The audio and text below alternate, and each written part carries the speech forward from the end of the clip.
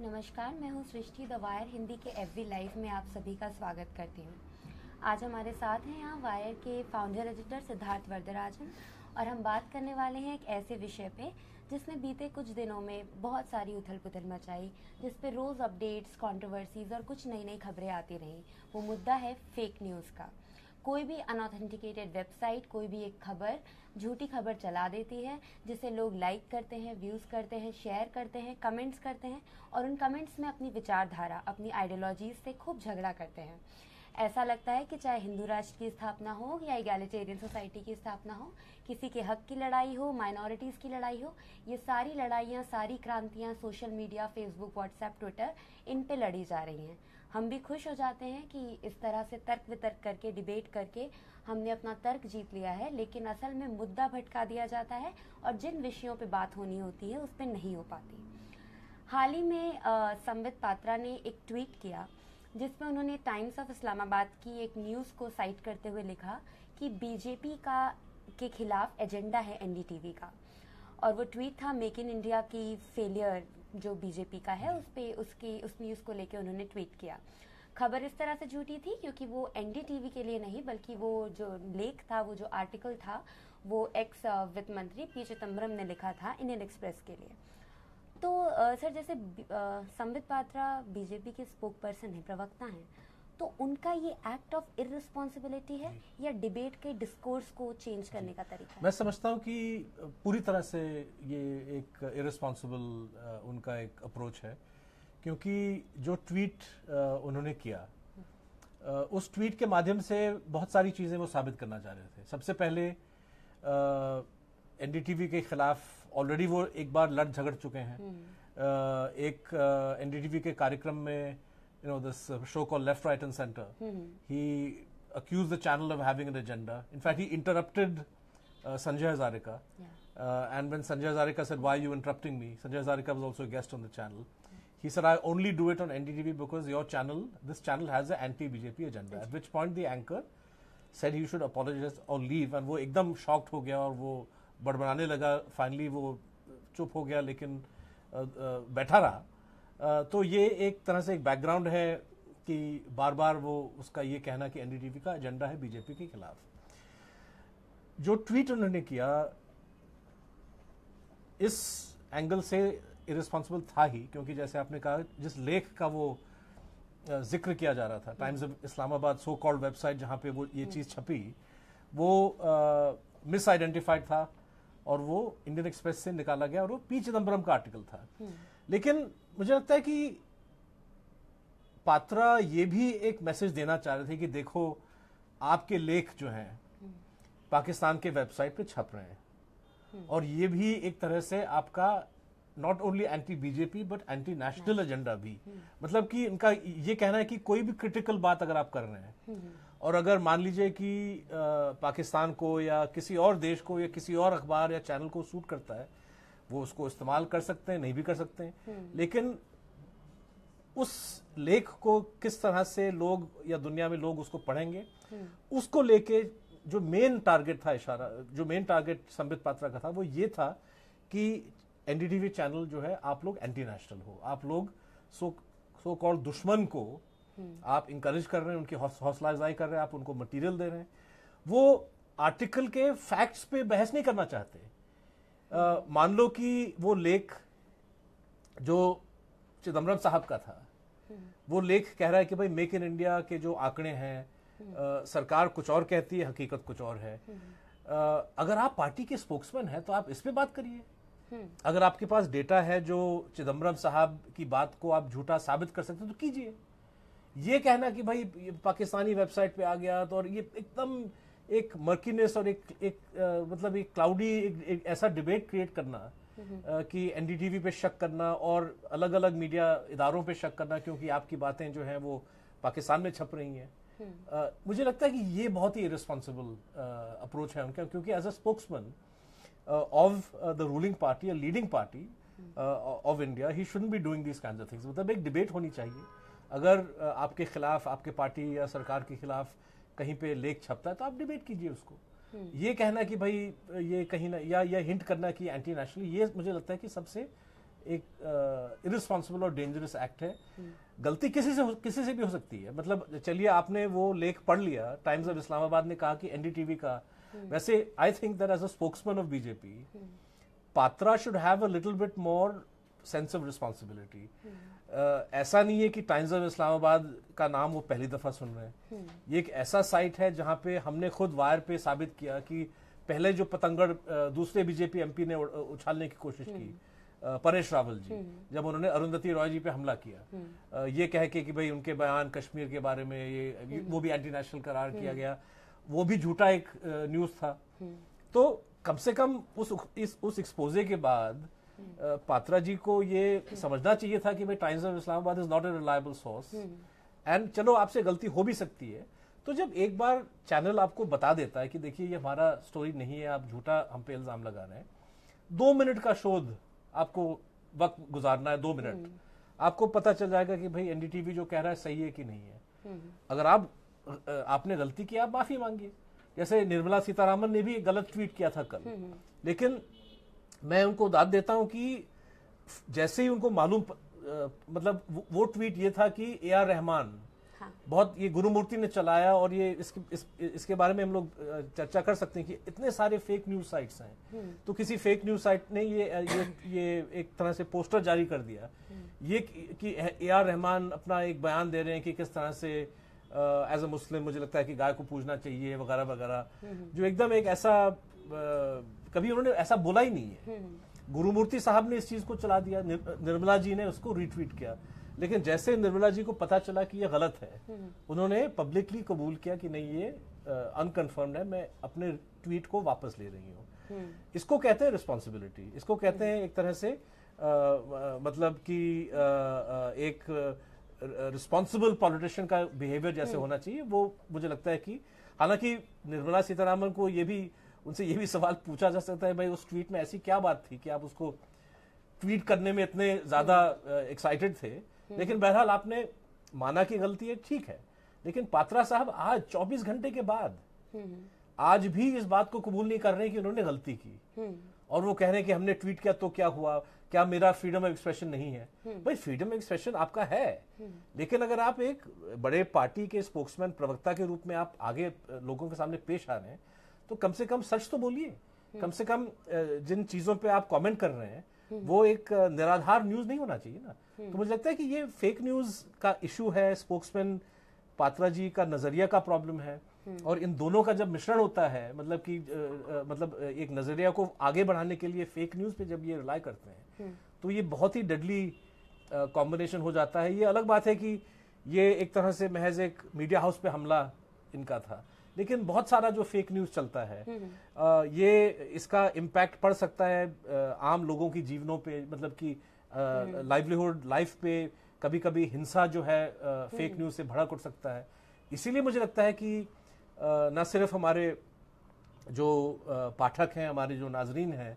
वो इस बात का ख्याल करें, लेकिन पॉलिटिशियन खास तौर पे फेक न्यूज से उनको बचना चाहिए, और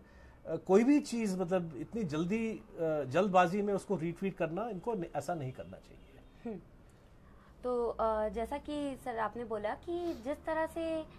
ये खबरें, जो कुछ खास तरह की खबरें जो एक डिवाइड करने वाला माहौल पैदा करती हैं, वो उन खबरों को ट्वीट रीट्वीट करने का एक जो माहौल बनता जा रहा है, उसमें एक और सवाल उठता है कि इतनी सारी वेबसाइट्स हैं, इतने सारी news website, news channel, YouTube channels, इतने सारी जगह से खबरें आ रही हैं और इतना फास्ट तरीके से आ रही हैं, उसमें एक पाठक के लिए कैसे तय करें कि कौन सी खबर सही है, क्रेडिबिलिटी ऑफ जर्नलिज्म जो है, कौन सी ऑथेंटिक है, ये तय करने का जो बात है, ये कैसे पता करेगा कोई भी पाठक? नहीं सृष्टि, ये बड़ा दुरुस्त सवाल है आपका, क्योंकि बेशुमार वेबसाइट्स खुल चुके हैं, सब अपने आप को न्यूज़ वेबसाइट्स का एक शक्ल या एक रूप धारण करते हैं, ताकि एक गलबल एक पाठक जो है, reader just happens to come there. Now she has no way of knowing, is this a genuine site, is this a fake site? These sites adopt, for example, the site that Gurumurthy retweeted, created this tweet about AR Rahman. It's called postcard.news. If you go to the site, it looks like a regular news site. मतलब उसमें headlines हैं, खबरें हैं, सारी खबरें जो हैं सिर्फ टेढ़ी खबरें, कुछ कुछ सही खबरें भी होती हैं उसमें, क्योंकि वो मतलब इंटरनेशनल न्यूज़ की कोई आइटम डाल देते हैं, कोई स्पोर्ट्स की आइटम डाल देते हैं। तो जो एक अनसस्पेक्टिंग रीडर है उसको वहाँ जब वो पहुँचता है तो लगता है कि भाई चलिए ठीक ही है। और जो हम समझ पा रहे हैं, और इसका खुलासा एक तरह से altnews.in एक वेबसाइट है जो प्रतीक सिन्हा चलाते हैं अहमदाबाद से, उन्होंने इसका एक्सपोजे किया कि बहुत सारे ये जो फेक साइट्स हैं, खासतौर पे जिनका ताल्लुक हिंदुत्व पॉलिटिक्स से जुड़ा हुआ है या हिंदुत्व विचारधारा से जुड़ा हुआ है, हम ये कह नहीं सकते कि सीधे तौर पे आरएसएस या बीजेपी के ये फ्रंट्स हैं, लेकिन ये ब्रॉडली स्पीकिंग एक सो कॉल्ड हिंदू नेशनलिज्म, एक हिंदुत्व कम्युनल पॉलिटिक्स को आगे बढ़ाते हैं। तो इनमें जो है ये पाया गया है, और ये प्रतीक सिन्हा ने भी इस चीज को देखा है कि ये साइट्स एक दूसरे के मटेरियल को शेयर करते हैं। जैसे कि अरुंधति रॉय वाला जो फेक इंटरव्यू था, जिसको चलते परेश रावल ने अपनी आपत्तिजनक बात कही थी कि भाई अरुंधति रॉय को जीप पे बांध के उनको घुमाए, उसको ह्यूमन शील्ड बना दिया जाए, एक बंधक बना दिया जाए। वो झूठी खबर जो है टाइम्स ऑफ इस्लामाबाद से निकली, एक्चुअली वो किसी पाकिस्तानी जिहादी ग्रुप से निकला। फिर वो so called times of Islamabad छपने के बाद हमारे हिंदुत्व साइट्स ने उसको अपना लिया, और लेख तो एक ही बना, शायद पोस्ट कार्ड न्यूज का ओरिजिनल लेख था, और वो किसी मतलब अंजलि के नाम से उसको पब्लिश किया गया है। वही खबर जो है किसी दूसरे hindulife.com, इनके अलग अलग नाम होते हैं, किसी दूसरे साइट ने उसको छाप दिया और उसमें ये लिखा है कि ये अनुज कपूर ने लिख दिया। मतलब नाम ये लोग बदलते हैं लेकिन माल कंटेंट वही था। तो मुझे लगता है कि जिस तरह से ये साइट्स एक दूसरे का एक नेटवर्क बना चुके हैं, और नेटवर्क का मतलब का मकसद ये है कि आप एक पोस्ट को और आसानी से वायरल कर सकते हैं, कि आप एक दूसरे के पोस्ट को शेयर करेंगे, आप उसको फेसबुक में चलाएंगे, आप उसको ट्विटर में डालेंगे, यूट्यूब में आप कोई वीडियो बना लेंगे, और एक दूसरे का जैसे आप शेयर करते हैं, और अगर ये एक तरह से ऑर्गेनाइज तरीके से किया गया है, और अगर हमारा शक सही है कि इन साइट्स के पीछे एक सियासी मंसूबा भी है, तो जाहिर है कि बहुत सारे ऐसे लोग हैं जो as a profession, as a job इस एजेंडा को आगे बढ़ाने में काम कर रहे हैं। तो there are lots of fake IDs, fake accounts, fake Twitter handles, तो ये इन पोस्ट को वायरल करते हैं। तो आपका सवाल कि एक आम जो पाठक है, जब वो पोस्ट कार्ड न्यूज पे पहुंच जाता है या एक glibs.in, अलग अलग साइट्स हैं, तो उसको कैसे पता चल सकता है कि ये साइट सही है कि गलत है? मैं 2-3 सुझाव देना चाहूंगा। सबसे पहले कि आप जिस तरह से अखबार पढ़ने की आदत लोगों में थी कि भाई मार्केट में 10-12 अखबार हैं, और आप ऐसे नहीं कि आप कोई भी आप रेलवे स्टेशन पे हैं और स्टॉल पे 10 अखबार हैं और कोई भी अखबार आप पकड़ के उसको पढ़ना शुरू करें। आप थोड़ा सा आपका एक्सपीरियंस है कि भाई कौन से अखबार ज्यादा रिलायबल हैं। तो एक तरह से एक आदत डालिए कि उन साइट्स पे ज्यादा विश्वास और भरोसा कीजिए जो अपने न्यूज को एक रिस्पॉन्सिबल तरीके से पेश करते हैं, जिनका हेडलाइन और जो मूल खबर है, जो खबर है उस स्टोरी के अंदर, उसमें तालमेल है। बाज दफा हेडलाइन कुछ और होता है और स्टोरी की जो कंटेंट्स है वो कुछ और होता है। बहुत सारे ऐसे स्टोरीज, और एक तरह से फेक न्यूज की पहचान इस तरह से की जा सकती है कि जो फेक खबर है, सबसे पहले आप पूछिए कि ये खबर आ कहां से रही है। अगर किसी ने जैसे कोई ये जो नकली न्यूज साइट्स है, उन्होंने चला दिया कि अरुंधति रॉय ने एक इंटरव्यू में फलाना फलाना बोल दिया, तो सबसे पहले आप देखिए कि भाई ये इस वेबसाइट को ये इंफॉर्मेशन मिल कहां से रहा है। अगर उस वेबसाइट को अरुंधति रॉय ने इंटरव्यू दिया तो वो वेबसाइट कहेगा कि भाई हमारे साथ एक भेंट वार्ता में अरुंधति रॉय ने ये कहा। अगर वो साइट ये कह नहीं सकता तो सवाल उठता है कि भाई ये इंटरव्यू किसको दिया गया और कब दिया गया। अगर इसका कोई जिक्र नहीं है उस न्यूज में, तो आप 100% मान के चलिए कि ये नकली न्यूज है। अगर वहां पे लिखा गया है कि ये इंटरव्यू जो है टाइम्स ऑफ इस्लामाबाद में दिया गया, जैसे उसमें था, वहां पे आप टाइम्स ऑफ इस्लामाबाद जा सकते हैं, उनके साइट पे अगर आप पढ़िए तो वहां पे सिर्फ ये कहा गया कि अरुंधति रॉय ने इंटरव्यू दिया। कहां दिया, किसको दिया, कब दिया, इसका कोई जिक्र नहीं है। तो बड़ी खबर जब होती है, बड़ी खबर जब एक जिम्मेदार इदारा पेश करता है तो हमेशा उस खबर के आगे पीछे जो सच है उसको हमेशा पेश करता है कि भाई ये इंटरव्यू 22 तारीख को जम्मू शहर में हमारे संवाददाता के साथ हुआ। तो कोई भी तथ्य जो पेश किया जाए, जैसे ये जो AR रहमान का जो गुरुमूर्ति साहब ने चलाया और जिसको निर्मला सीतारामन ने आगे बढ़ाया, उसमें न कोई डेट है न कोई सोर्स है कि भाई ये AR रहमान ने कहां कहा। तो पाठक को हमेशा सतर्क रहना चाहिए आज के दौर पे, खास तौर पे जब इतना सारा एविडेंस है कि फेक न्यूज को इस्तेमाल किया जा रहा है एक ऑर्गेनाइज तरीके से। तो आप थोड़ा सोच समझ के चीजों को पढ़ें और पूछिए कि भाई ये किसने चलाया होगा, इसकी सोर्स क्या है, इसका ओरिजिन क्या है, और थोड़ा सा अगर आप एक आदत डालिए कि मतलब कि be a little skeptical about you read, then you can perhaps not be a victim of fake news the way that people are becoming. So जैसा कि सिद्धार्थ आपने बताया कि एक पाठक की, रीडर की भी एक जिम्मेदारी है कि वो जब भी कोई खबर पढ़ते हैं तो उसमें कुछ बारीकियां वो ध्यान रखें उसको रीट्वीट करने से पहले, क्योंकि जिस तरह का डिस्कोर्स, जिस तरह का डिबेट का डिस्कोर्स हम ले जा रहे हैं, ये सारा एक ऐसा सोशल मीडिया पे एक पॉलिटिकल माहौल तैयार कर रहा है जो हम सभी को इफेक्ट कर रहा है कहीं ना कहीं। जैसा मीडिया एक फोर्थ पिलर ऑफ डेमोक्रेसी है और इस समय हम भारत जो सबसे बड़ा लोकतंत्र है वहाँ पे सरकार और मीडिया के बीच एक जंग का जैसे माहौल, कि अगर आप सरकार की पॉलिसीज के बारे में बस तारीफ कर रहे हैं या फिर एनालाइज नहीं कर रहे हैं, क्रिटिसाइज नहीं कर रहे हैं तो ठीक है, लेकिन अगर आप उसको क्रिटिसाइज कर रहे हैं, उन पॉलिसीज को, उन बयानों को, उस एजेंडा को, उस प्रोपेगेंडा को, तो आपके ऊपर एक अटैक, एक टारगेट, एक विच हंटिंग हो रही है। तो ये जो सरकार और मीडिया के बीच का ये जो जंग का एक माहौल है, इससे ऑफ कोर्स मास प्रोटेस्ट का जो चित्र है वो ऑफ कोर्स इफेक्ट हुआ है, बट इससे पॉलिटिकल सीन जो है हमारे देश का वो कितना इफेक्ट हो रहा है, उस पे अगर आप कुछ बताएं। मैं काफी चिंतित हूं जिस तरह से माहौल क्रिएट किया जा रहा है, क्योंकि पहले तो हमला या पहले जो एक सवालिया निशान खड़ा किया गया छात्रों पे और विश्वविद्यालयों पे कि भाई आप अपने कैंपसेस में कैसी कैसी बातें कर रहे हैं। अगर किसी ने स्लोगन कोई उठा लिया या किसी ने कोई ऐसा सवाल पूछा जो आमतौर पे लोगों को आपत्तिजनक लगा होगा, लेकिन इसका मतलब ये नहीं कि आप कि वो बच्चे जो हैं या वो स्टूडेंट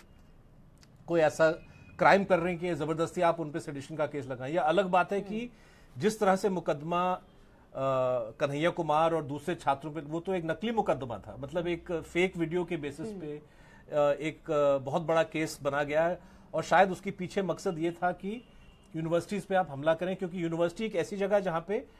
एक खुला सोच होता है, वहां डिबेट का माहौल होता है जो होना चाहिए, क्योंकि अगर विश्वविद्यालयों में डिबेट नहीं होगा तो छात्र कैसे सीखेंगे, नए विचार कैसे आएंगे, नए ख्याल कैसे आएंगे, डिबेट कैसे होगा, डिबेट करने का तरीका कैसे सीखेंगे।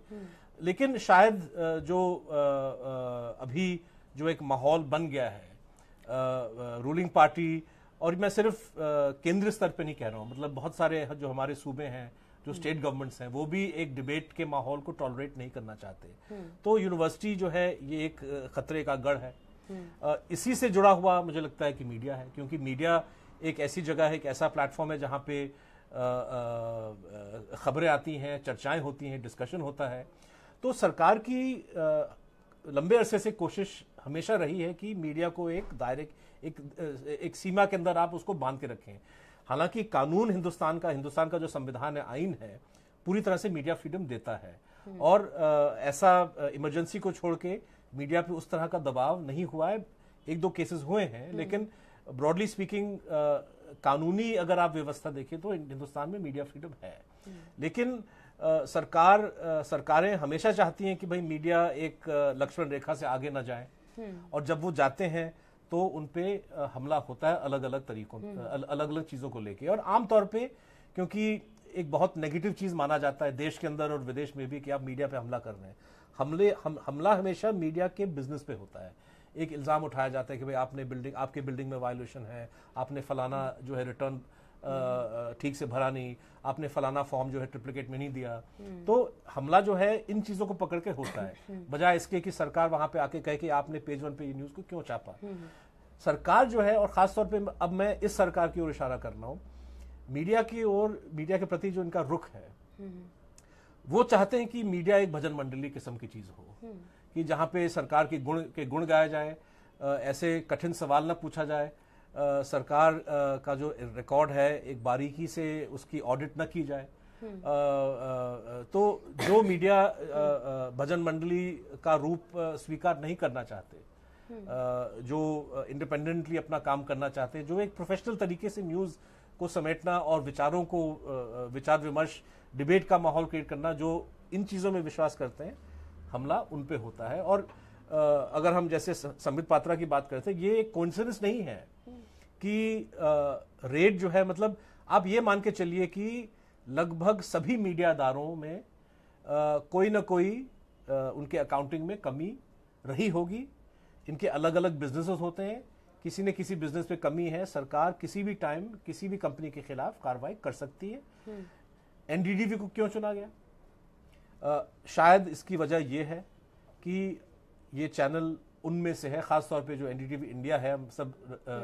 रवीश और जो उनके एंकर्स हैं, और जो इंग्लिश के भी जो बहुत सारे ऐसे प्रोग्राम्स हैं, वो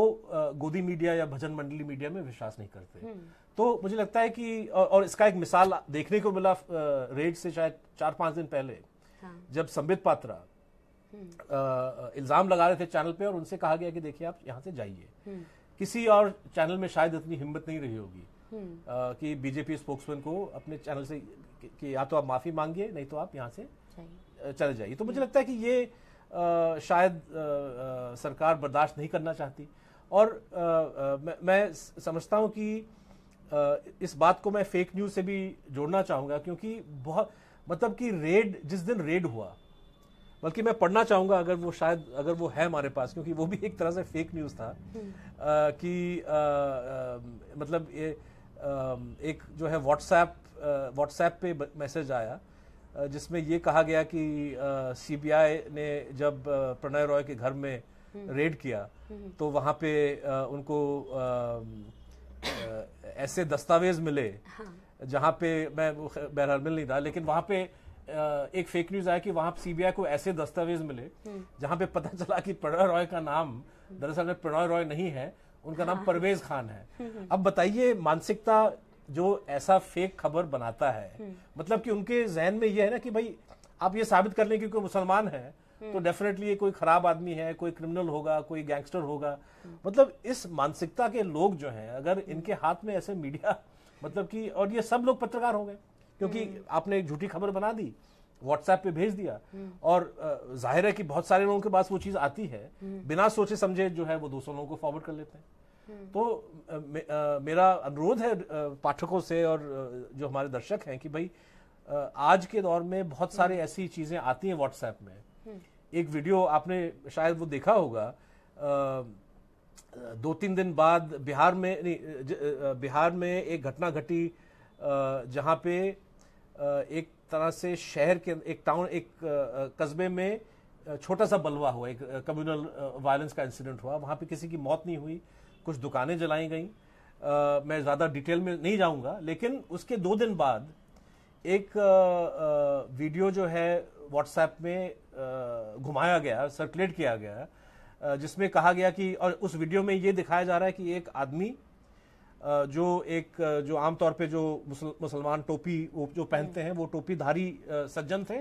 और आदमी थे, और उनके हाथ में पत्थर था, और एक रोड पे एक लेटा हुआ उसके सर पे वो पत्थर मार के उसको उन्होंने मार दिया। और उस वीडियो के साथ मैसेज आया कि बिहार में मुसलमान हमारे हिंदू भाई को मार रहे हैं, अवामी वाले को मारा या वाइस वर्सा। लेकिन वो वीडियो बांग्लादेश का था। उस वीडियो को जो है बहुत समझदारी के साथ लोग, उस हिंदू भाई को मारा जा रहा है मुसलमानों के जरिए। अब बताइए ऐसा जहरीला जो झूठी खबरें जब व्हाट्सएप में लोग भेजना शुरू, तो वैसे तो ये क्रिमिनल ऑफेंस है, आप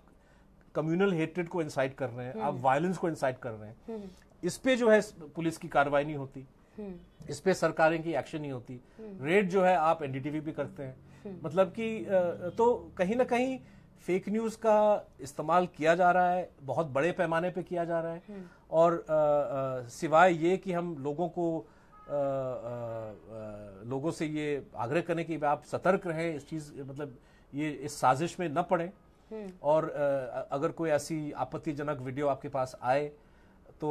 आप उसको फौरी तौर पे फॉरवर्ड न करें। आप ठंडे दिमाग से सोचिए कि इसमें क्या है, और अगर आपको लग रहा है कि आपको फॉरवर्ड करना ही है तो फॉरवर्ड करने से पहले इंटरनेट में जाइए, थोड़ा पता कीजिए कि ये है क्या। बहुत आसान तरीके होते हैं जिसमें आप वीडियो या फोटोग्राफ का रिवर्स सर्च करके आप ये पता कर सकते हैं कि ये पिक्चर ओरिजिनली कहाँ से आया। आपको याद होगा जब नरेंद्र मोदी जी प्रधानमंत्री बने तो 2014 की बात है, प्रधान सेवक जो विनोद दुआ साहब ने चलाया है, तो ये साबित करने के लिए कि मोदी एक बहुत ही ऑर्डिनरी और एक हम्बल इंसान है, तो एक 1946 लाइफ मैगजीन जो अमेरिका में छपता था 1946 की एक तस्वीर जहां पे एक आदमी जो है फर्श मतलब झाड़ू मार रहा है, उसमें जो है उस आदमी का मतलब फेस हटा के मोदी साहब का उस पे लगाया गया, मॉर्फ किया गया और उसको चलाया गया कि देखो हमारे प्रधानमंत्री इतने ऑर्डिनरी आदमी हैं कि वो झाड़ू भी करते हैं। तो बहुत सारी मतलब वो तो चलो हार्मलेस है, इमेज बिल्डिंग हो गया, तो लेकिन जब फेक न्यूज या फेक पिक्चर्स या इन चीजों को सर्कुलेट किया जाता है हिंसा को भड़काने के लिए या किसी को ऐसा नीचा दिखाने के लिए, तो ये बहुत ही डेंजरस होता है। और अगर पार्टी के स्पोक्समैन संबित पात्रा की हम बात कर रहे थे, संबित पात्रा को पहले कब पकड़ा गया? संबित पात्रा को पकड़ा गया पिछले साल जब टाइम्स नाउ में उन्होंने आईपैड निकाल के अपना बकायदा आईपैड कंप्यूटर जो होता है उसको निकाल के वो कैमरा पे दिखाने लगे वो नकली वीडियो जो नकली साबित हो चुका है, जिसको लेके कन्हैया कुमार और दूसरे छात्रों पे ऐसे ऐसे भारी इल्जाम लगाए जा रहे थे। और वहां पे अर्णव गोस्वामी कह रहे हैं कि हाँ दिखाइए चलाओ वीडियो को चलाओ, और वो नकली साबित हुआ।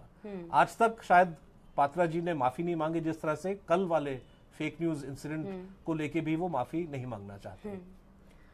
तो जिस तरह से ये सर ने बताया कि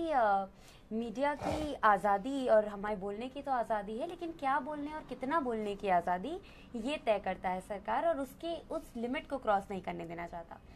तो जिस तरह से स्टेट और गवर्नमेंट है ये सेंटर और मार्जिन को बनाए रखने की कोशिश करते हैं। तो 60 के दशक का एक नारा था जय जवान जय किसान, तो उसमें का अभी का जो स्थिति है, अभी का जो सिनारियो है, उसमें ये आर्मी सेना को तो जवान को तो सेंटर में रखा गया है और किसान को मार्जिनलाइज। तो ये जो फेक न्यूज है क्या ये रियल न्यूज को मार्जिनलाइज करने का काम कर रही है? बड़ा सही सवाल है ये। जिस दिन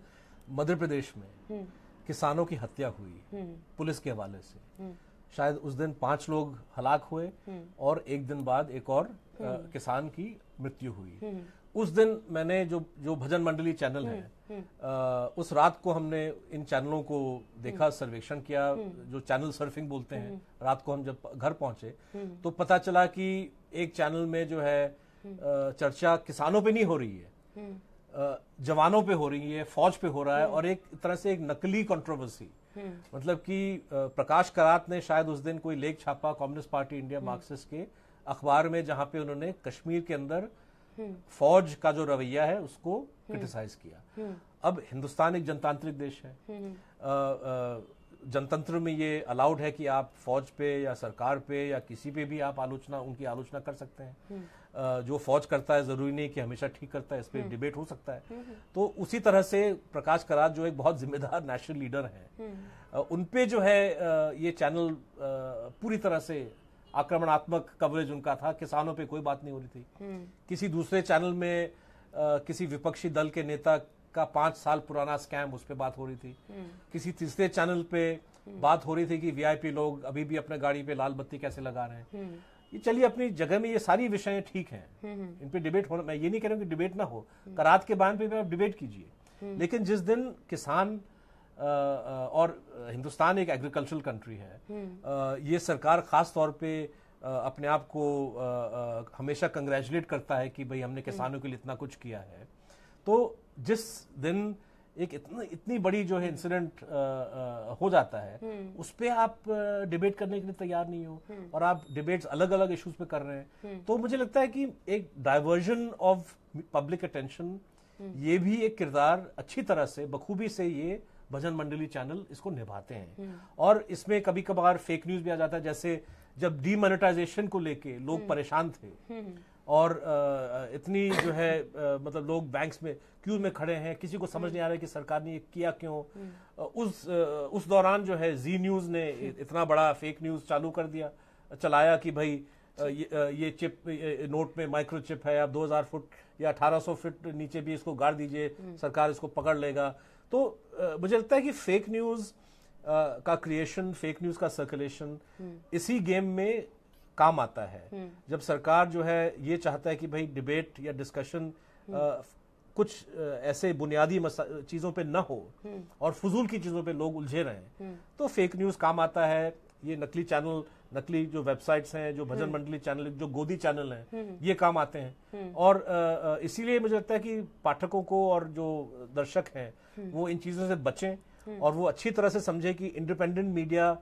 क्या है, कौन कौन इंडिपेंडेंट मीडिया है जिन पे ना कोई सरकारी दबाव है, ना कोई निवेशकों का दबाव है, और वो सिर्फ और सिर्फ अपने पाठकों के जरिए या दर्शकों के जरिए पैसा इकट्ठा करके वो समाचार या खबरों को आगे बढ़ाने। मुझे लगता है कि ये एक छोटी सी जिम्मेदारी अगर पाठक भी निभा लें तो शायद जो फेक न्यूज चलाने वाले जो लोग हैं इनका काम बहुत मुश्किल हो जाएगा। तो जैसा कि अभी सर ने बताया कि डेमोक्रेटिक कंट्री इंडिया में जहाँ पे लोगों के बारे में बात होनी चाहिए,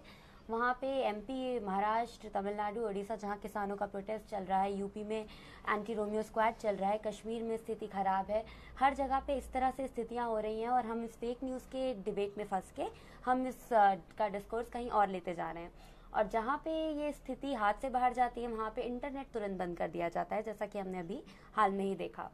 तो सर एक बेसिकली ये जो अच्छा सर मत बोलिए, सिद्धार्थ। ओके हाँ। जर्नलिज्म में बेसिकली ये जो दो तरीके का एक डायलेक्टिक है कि एक है कि ये जो सनसनीखेज वाला रिपोर्टिंग है, दूसरा है क्रिटिकल रिपोर्टिंग है। तो उसमें जर्नलिस्ट का एक क्या रिस्पॉन्सिबिलिटी है कि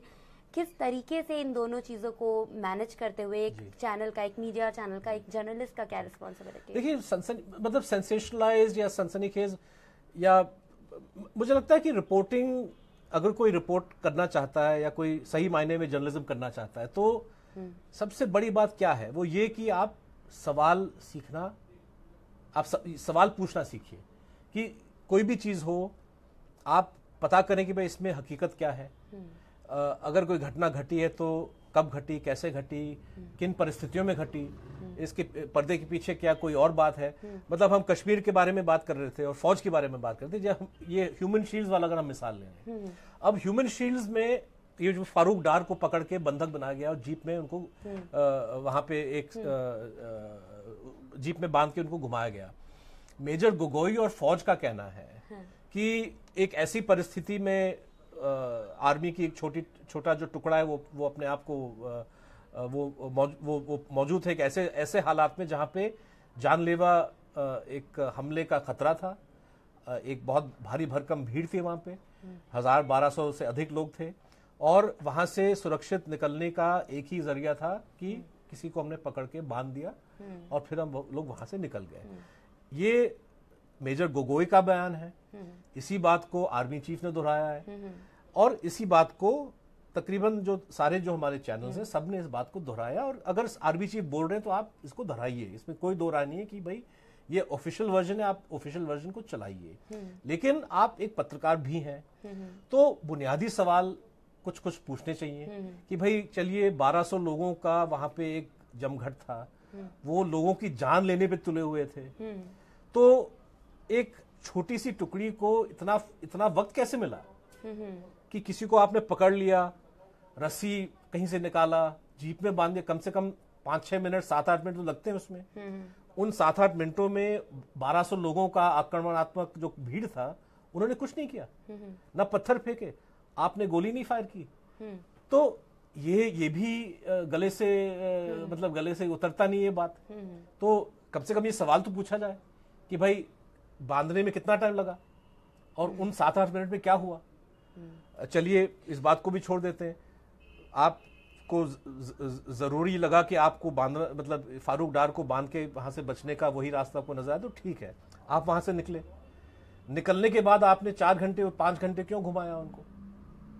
कि अगर खतरा था और खतरे से बचने के लिए आपने एक अनयूजुअल या कहते हैं इनोवेटिव स्टेप लिया, तो आप वहां से चलिए निकल गए अपने आप को बचा के, अच्छी बात है।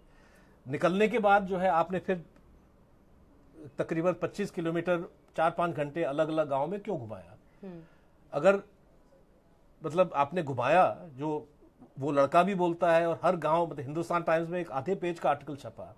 जहां पे उनके पत्रकार उन छोटे छोटे गांव पे गए, और सब लोग वहां पे चश्मदीद गवाह हैं कि हाँ वो जीप हमारे गांव से गुजरा और वो आदमी वहां पे बंधा हुआ था। और एक गांव में उस गांव की महिलाओं ने कोशिश की वहां पे मेजर साहब से बात करने की, भाई इसको छोड़ दो, और मेजर ने इनकी बात नहीं सुनी। तो ये भी फैक्ट्स हैं। क्या इन फैक्ट्स को लेके कोई सवाल नहीं उठता? ऑफिशियल वर्जन जो है, लेकिन किसी भी चैनल में जो है इन चीजों पे चर्चा नहीं होती। तो मैं समझता हूं कि पत्रकारिता का अगर मतलब सिर्फ यही है कि सरकार ने जो बोल दिया, आपने उसी चीज को उगल डाल दिया, मतलब उगल डाला पाठकों के सामने या दर्शकों के सामने, तो ये कोई जर्नलिज्म नहीं है। जर्नलिज्म का मतलब कि भाई आप सच्चाई को ढूंढने की कोशिश कीजिए। हो सकता है कि मेजर साहब और जनरल साहब का बयान एकदम सच है, मैं ये भी मानने के लिए तैयार हूं, लेकिन कम से कम वो सवाल तो पूछे जाने चाहिए। तो जो सेंसेशनल जर्नलिस्ट है वो बड़ा चढ़ा के जो है वो उन्होंने ऑफिशियल वर्जन को पेश किया, और यहां तक कि भी हालांकि इतने बयान आए कि वो जो लड़का जिसको बांधा गया वो उन्होंने चुनाव में वोट भी डाला, लेकिन उसको अभी भी लोग ये चैनल कहते हैं कि ही इज अ स्टोन पेल्टर। भाई अगर स्टोन पेल्टर है तो इनके खिलाफ केस क्यों नहीं है? अगर आपको इतना इंफॉर्मेशन है कि he was a ring leader of stone pelters, तो उस वारदात खत्म होने के बाद, वो शायद 9 मई को हुआ, अभी हमारा जून 3rd वीक चल रहा है, 2nd वीक चल रहा है, 4 हफ्ते में कोई केस नहीं रजिस्टर हुआ उसके खिलाफ। तो ये क्या बताता है कि क्या वाकई वो स्टोन पेल्टर था? तो मुझे लगता है कि कहीं ना कहीं हम लोग सवाल पूछने की जो एक प्रथा है, सवाल पूछने का जो एक सिस्टम है, इसको हम भूल डाले हैं, और शायद हम वही पूछना चाहते हैं जो सरकार सुनना चाहती है। और अगर इसी दिशा में हम लोग चलते जाएंगे तो फेक न्यूज का जो एक प्रोपोर्शन है वो बढ़ता जाएगा, जो असली न्यूज है, जो असली चीजें हैं वो घटती जाएंगी, जो बुनियादी मसाइल है जिन पे कवरेज होना चाहिए ये जो है इनको पूरी तरह से नजरअंदाज किया जाएगा, और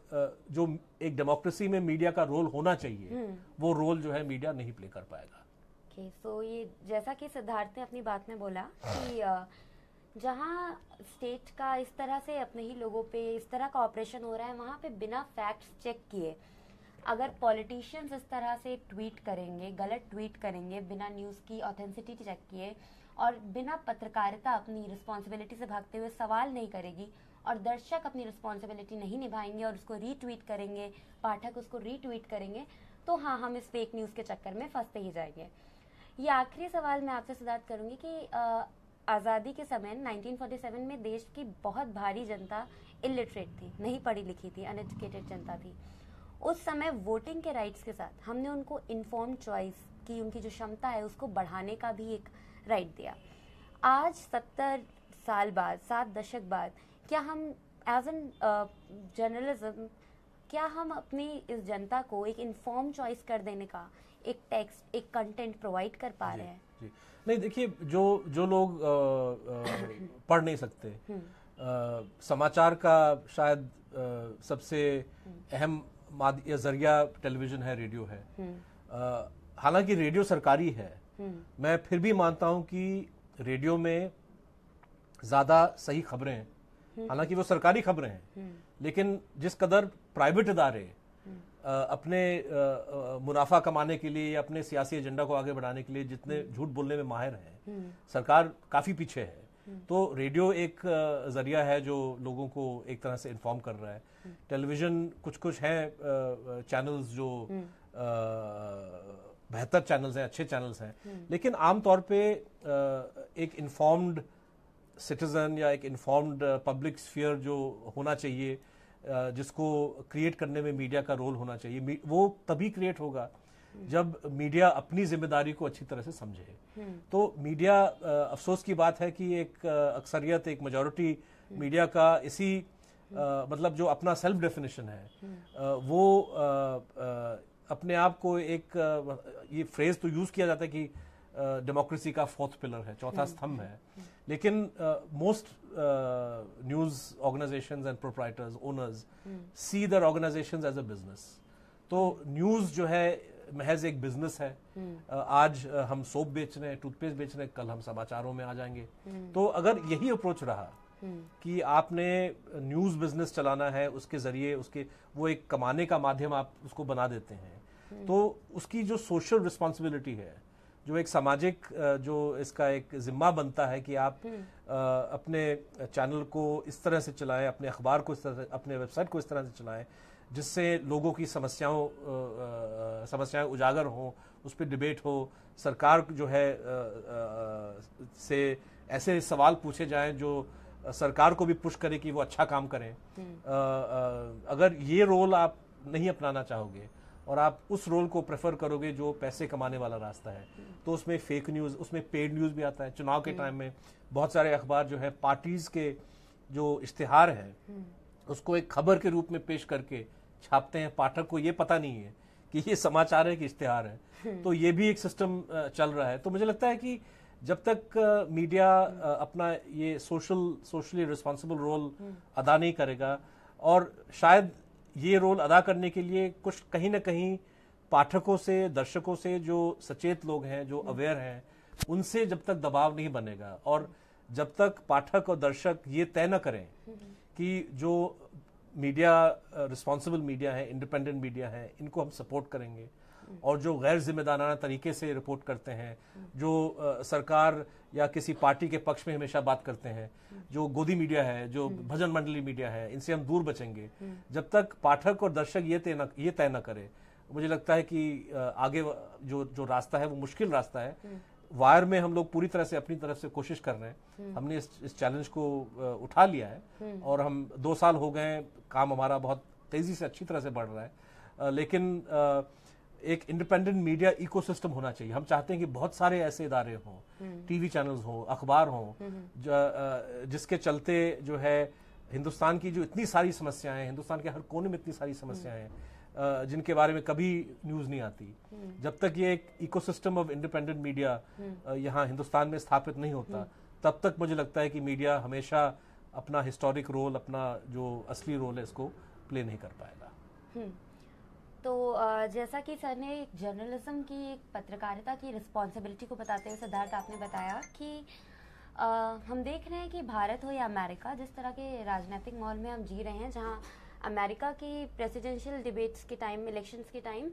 फेक न्यूज़ इतनी सारी बढ़ी कि जहाँ पे उनकी पॉलिसीज़ का क्रिटिसिज्म आया, ट्रंप ने ट्वीट करके उनको फेक न्यूज़ बताया और बहुत सारी फेक वेबसाइट्स को जेन्युइन बताया। वहीं पे भारत में हम देख रहे हैं कि एक रूलिंग पार्टी के व्यक्ति एक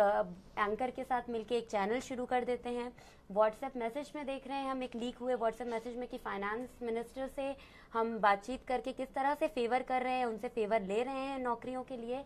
तो जिस तरह से हम, जो मीडिया का, जो पत्रकारिता का एक रिस्पॉन्सिबिलिटी होना चाहिए, उसको क्रिटिसाइज करने की जगह अगर हम एक सरकार से फेवर लेने लग रहे हैं, तो क्या मीडिया और सरकार के बीच का जो रिश्ता बदल रहा है,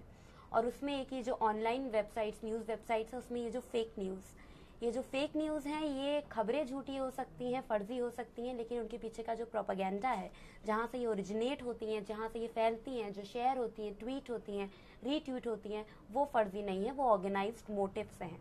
इसी के साथ हम अपनी बातचीत खत्म करते हैं। बहुत बहुत धन्यवाद।